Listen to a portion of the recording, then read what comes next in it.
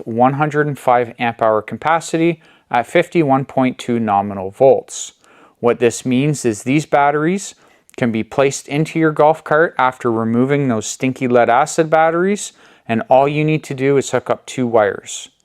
This is the most simplest way to do a lithium iron phosphate converter. So something I think I need to address in this video is you may see the price point of this 105 amp hour 48 volt 51.2 nominal battery and the price point that it is at, and you may be able to go out on the internet and find another lithium iron phosphate battery that's 100 amp hours and 51.2 volts, but that does not have the amount of surge capacity in order to take the punch when you hit the throttle. Now this battery here can do 250 amps of continuous discharge.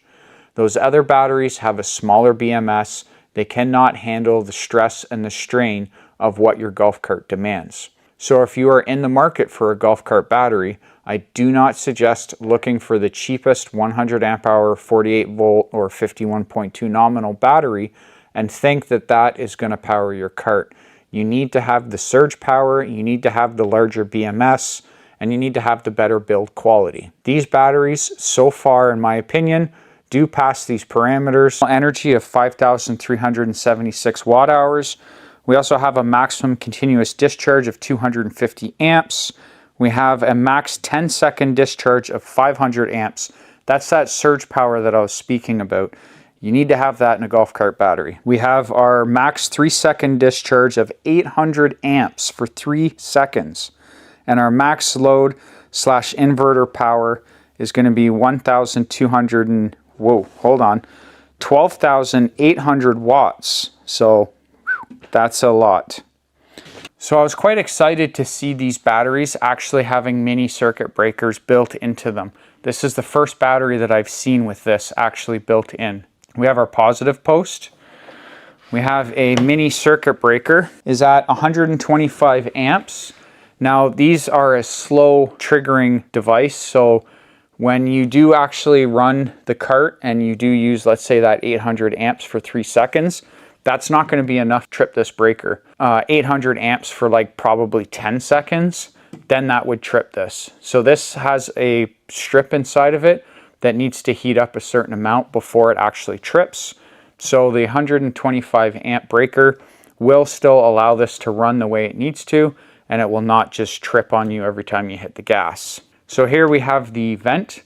In the highly unlikely event that this battery does need to vent, it is IP65 rated, so it is watertight. It will not allow any gases to escape, and if it needs to, it can through this vent first. So they supplied a charger, and this charger here is 22 amp. So we have a 22 amp charger, and this plug here goes into that charging port that was on the front of the battery. You have a AC plug in here. And what I like about this is they've kind of thought of everything.